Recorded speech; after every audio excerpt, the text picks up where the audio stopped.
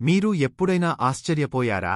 EPF యొక్క పెట్టెల్లో కోట్లు ఉన్నప్పటికీ మీ ఈపీఎస్ 95 పెన్షన్ ఇంకా 1,000 రూపాయలు నుండి 7,500 రూపాయలకు ఎందుకు పెరగలేదో? ప్రభుత్వం దాచిన కారణం ఏదైనా ఉందా? లేదా కనీస పెన్షన్ పెరగపోవడానికి కారణం ఎవరైనా మీకు చెప్పలేదా? ఈ వీడియోలో ఈపీఎస్ 95 పెన్షనర్లు తప్పకుండా నిజాన్ని, అధికారిక లెక్కలు, రుజువులతో సహా తెలుసుకుంటారు. మేము అంశంలోకి వెళ్లే ముందు మా ఛానెల్కు సభ్యత్వాన్ని పొందాలని మరియు మాకు మద్దతు ఇవ్వమని మేము మీ అందరినీ అభ్యర్థిస్తున్నాము. పూర్తి వివరాలను తెలుసుకుందాం. చివరి వరకు వీడియో చూడండి. నకిలీ వార్తలు మరియు తప్పుడు ఆశలతో వీక్షణలను వెంబడించేవారిలా కాకుండా అధికారిక పత్రాల నుండి మేము మీకు వాస్తవాలు ఈ వీడియోలో వివరిస్తాను. 7,500 పెన్షన్ దాదాపు ఎలా అసాధ్యం అని నిపుణులు వివరించిన నా చివరి వీడియో మీలో వేలాది మంది చూశారు మరియు ప్రశంసించారు. నిజాయితీ సమాచారానికి మద్దతు ఇచ్చినందుకు ధన్యవాదాలు. పెద్ద ప్రశ్న: ఈపీఎఫ్ 7,500 పెన్షన్ ఎందుకు ఇవ్వడం లేదు? నేరుగా పాయింట్ వద్దకు వద్దాం. ఈపీఎఫ్కి భారీ నిధులు ఉన్నాయి, కాని అది మీ పెన్షన్ను ఎందుకు పెంచదు?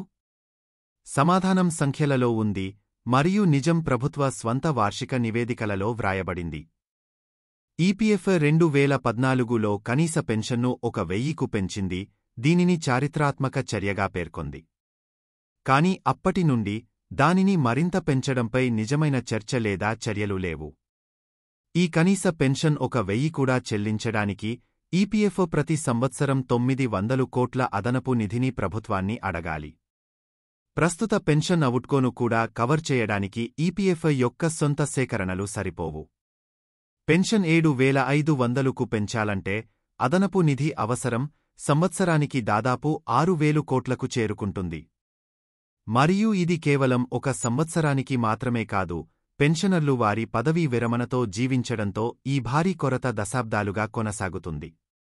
ఈపీఎఫ్ ఈ గణాంకాలను ఆశించదు.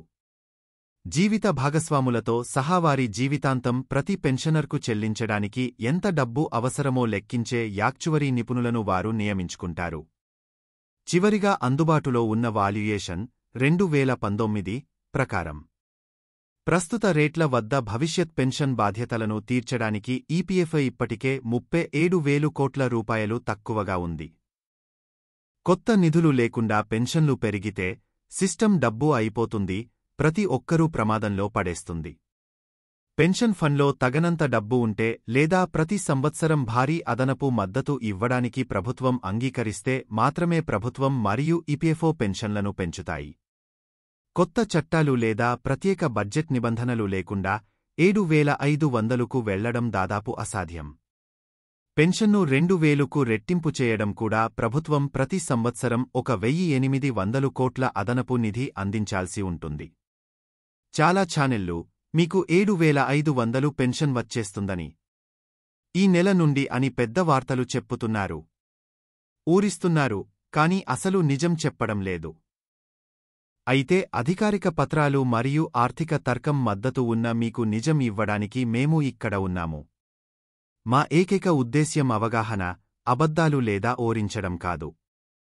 మీకు నిజమైన నవీకరణలు కావాలంటే మీకు తెలిసిన ప్రతి ఈపీఎస్ 95 సభ్యుడితో ఈ వీడియోను పంచుకోండి మరియు ఫేక్ న్యూస్ యొక్క వ్యాప్తిని ఆపుతుంది.